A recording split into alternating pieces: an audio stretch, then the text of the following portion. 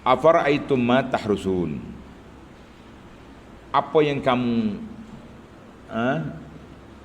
Afara'aitum ma tahrusun, ayat 63. Tidakkah kamu lihat apa yang kamu tanam? Ayat ini yajibu ala kulli insan, menjadi kewajipan kepada manusia buka mata, buka telinga, lapang dada untuk meneliti, memerhatikan kepada dalil-dalil keagungan, keesaan, kekuasaan Allah Azza wa Jalla, supaya apa? Supaya manusia akan beriman dan percaya kepada janji-janji Allah Azza wa Jalla. Dalil di mana? Dalil dengan nikmat-nikmat yang Allah anugerahkan kepada kita. Jadi dalam ayat ini berapa nikmat Tuhan sebut? 4 nikmat. Nikmat kejadian manusia, nikmat tumbuh-tumbuhan, nikmat minuman dan nikmat api. Kita kata cukuplah kita ni sebagai pengguna dengan segala kemudahan yang disediakan oleh Allah kepada kita. Kita jadi pengguna pada siapa? Kepada nikmat yang Allah anugerahkan kepada kita. Dan ayat ini juga tulis pelajar, dalalatun ala ibahatiz zar'i. Dalil harus dan digalakkan kita bercucuk tanam. Sebab apa? Sebab Allah Ta'ala bawa ayat ini ala sabilil imtinan. Dia bawa dengan cara membawa imtinan, mengungkit nikmat yang dia beri supaya kita berfikir. Allah Ta'ala mengungkit nikmat supaya kita berfikir. Baiklah, kita pergi kepada yang kedua. Faedah yang kedua. A'antum tazra'unahu am nahnu zari'un. Kamu tanam ke kami tanam? Jadi timbul soalan, hadza yadullu ala anna Allah Ta'ala huwa zari'. Mana Allah Ta'ala itu yang menanam, yang menumbuhkan pokok. Dalam ayat lain, dalam surah Al-Fath ayat 29 kata yu'jibuz zurra', yang mengkagumkan penanam-penanam. Jadi bagaimana kita nak kata di sini kami yang tanam atau penanam yang tanam pokok? Itu soalan perbincangan. Kita tahu dah Allah Ta'ala yang menumbuh kecama nisbah kepada petani-petani yang tanam pokok. Al-jawab, qad sabata min at-tafsir, telah sabit dalam kitab-kitab tafsir bahawa al-harsa, bercucuk tanam itu akan bersambung dengan menanam. Payah sikit tu. Sebab dalam Quran disebut dua, harsa, tahrusun. Kalau kata harsa, tulis pelajar, awailuz zar'i, mula-mula kita tanam, kita letak biji benih, itu dia panggil harsa. Harsa maknanya menabur benih. Kalau kata az-zari'un, kamu yang menumbuhkan. Dia kata waz-zar'u awakhirul harthi, yang menumbuhkan itu zari', maknanya petani. Itu dari sudut perbahasan bahasa. Wa yajuzu itlaq, tapi boleh ya kita nak tukar. Kita kata zar'a harsa, hak tu lah. Boleh.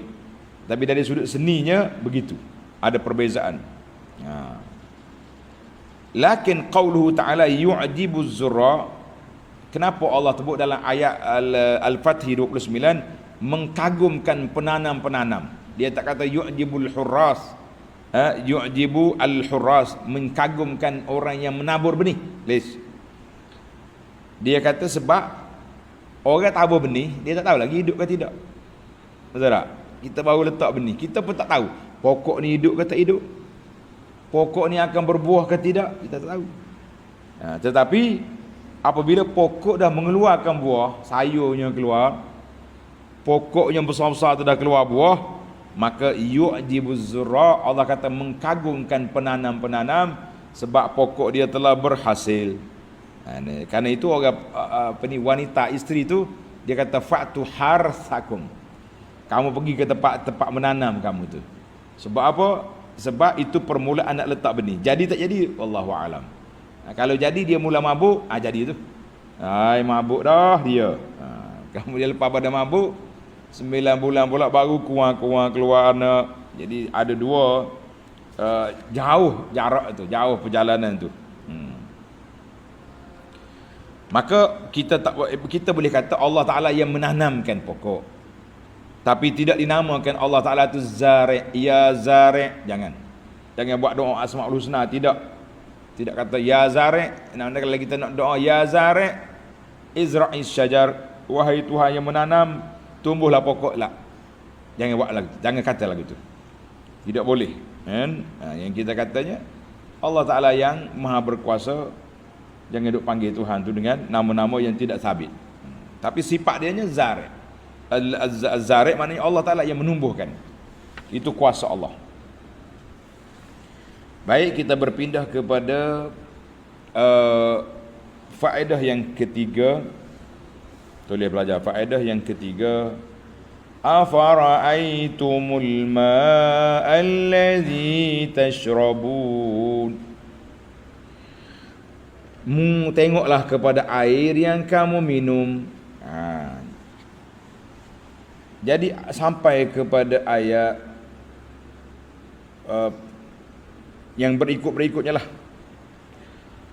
Ayat ini menjadi dalil bahawa Allah SWT berkuasa ala ma la yaf'aluhu, berkuasa di atas segala perkara.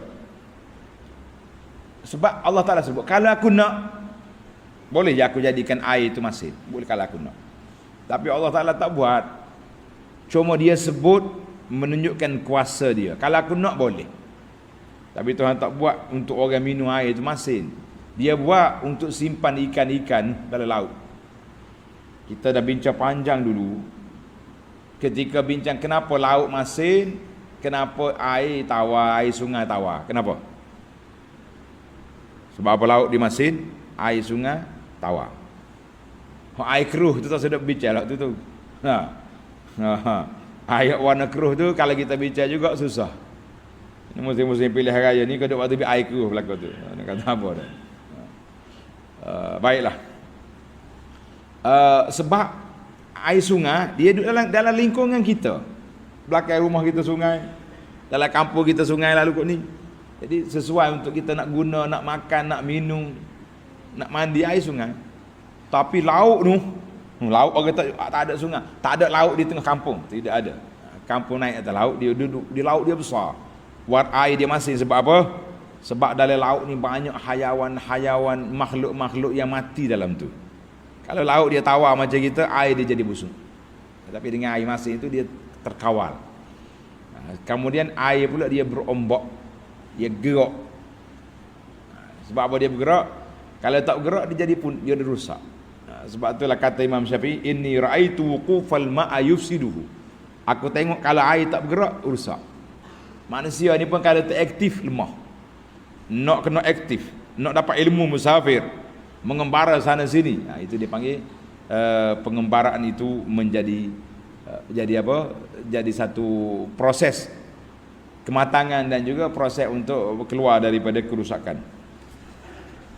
Baik, dalam ayat ini Allah Ta'ala kata mu kena tengok ada Allah Ta'ala berkuasa menjadikan yang jadi, dia juga berkuasa menjadikan yang tak jadi.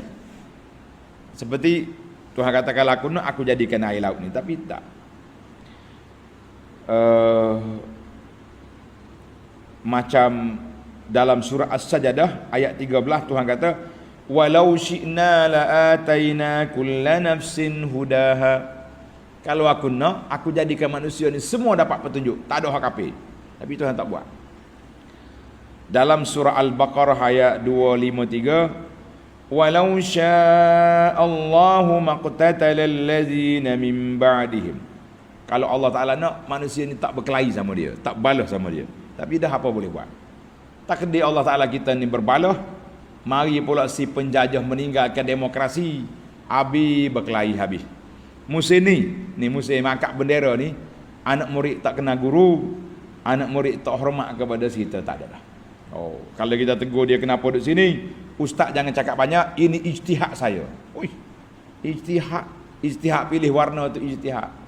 Lepas pada musim-musim gini, orang yang dia pilih itu tak jadi apa, mari sengih pula dia. Silap kita ustaz ni kena tipu.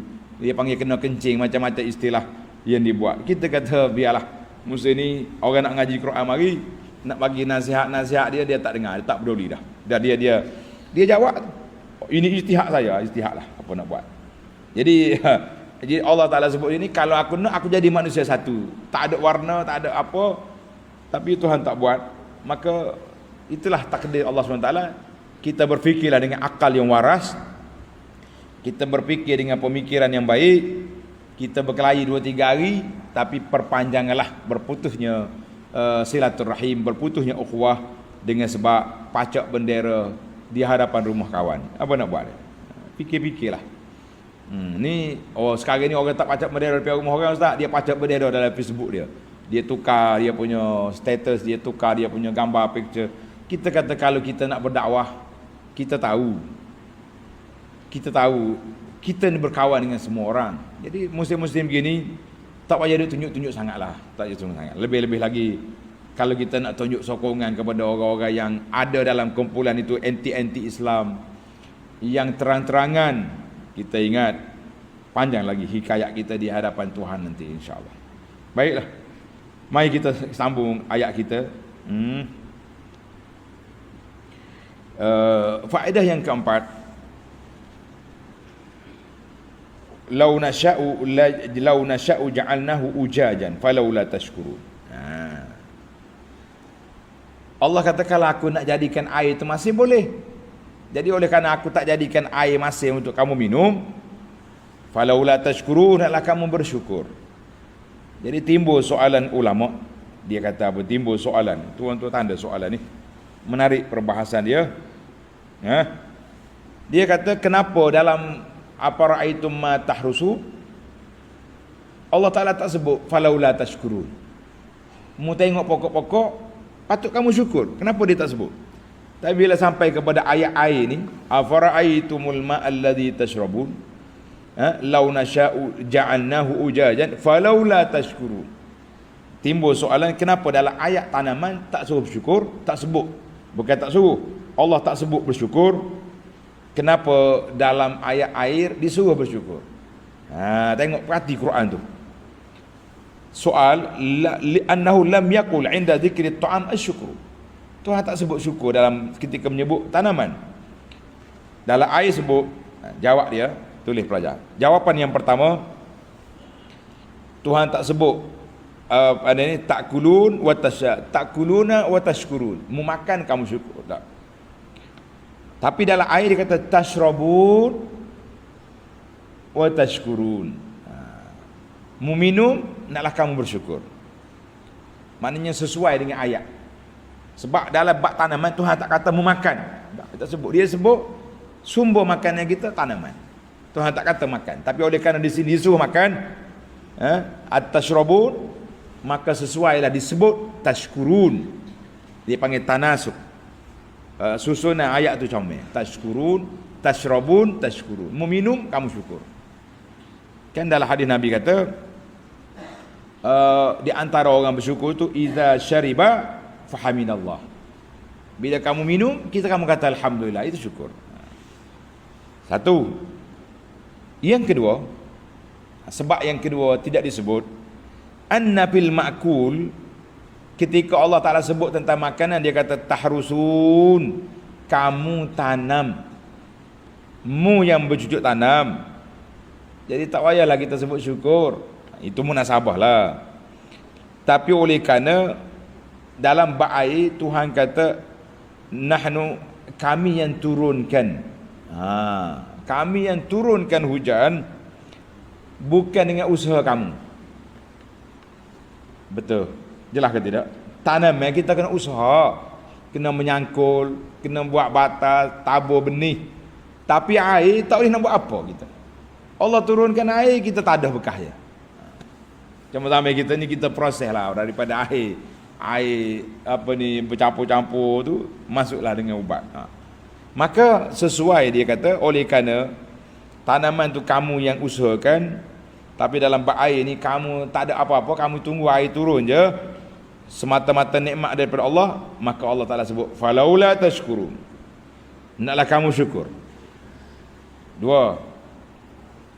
Jawapan yang ketiga, an yuqal, nikmat makan dia tak berhenti setakat tu.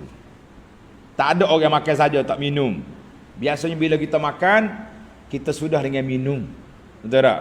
Sudah dengan minum. Bila selesai satu package makan dan minum, falaula tashkurun, hendaklah kamu bersyukur.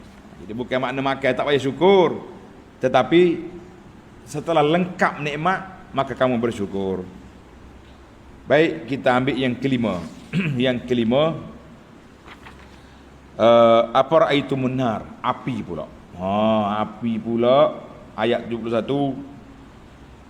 Dia kata api ni mari daripada pokok. Dalam surah Yasin kata pokok hijau, bukannya pokok-pokok biasa dah.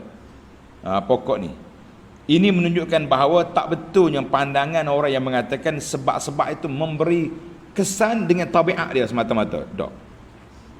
Ada juga api yang tidak, pokok tak keluar api, tak keluar. Ada juga api yang tak panas. Sebagaimana api yang berlaku pada Nabi Ibrahim, itu contoh.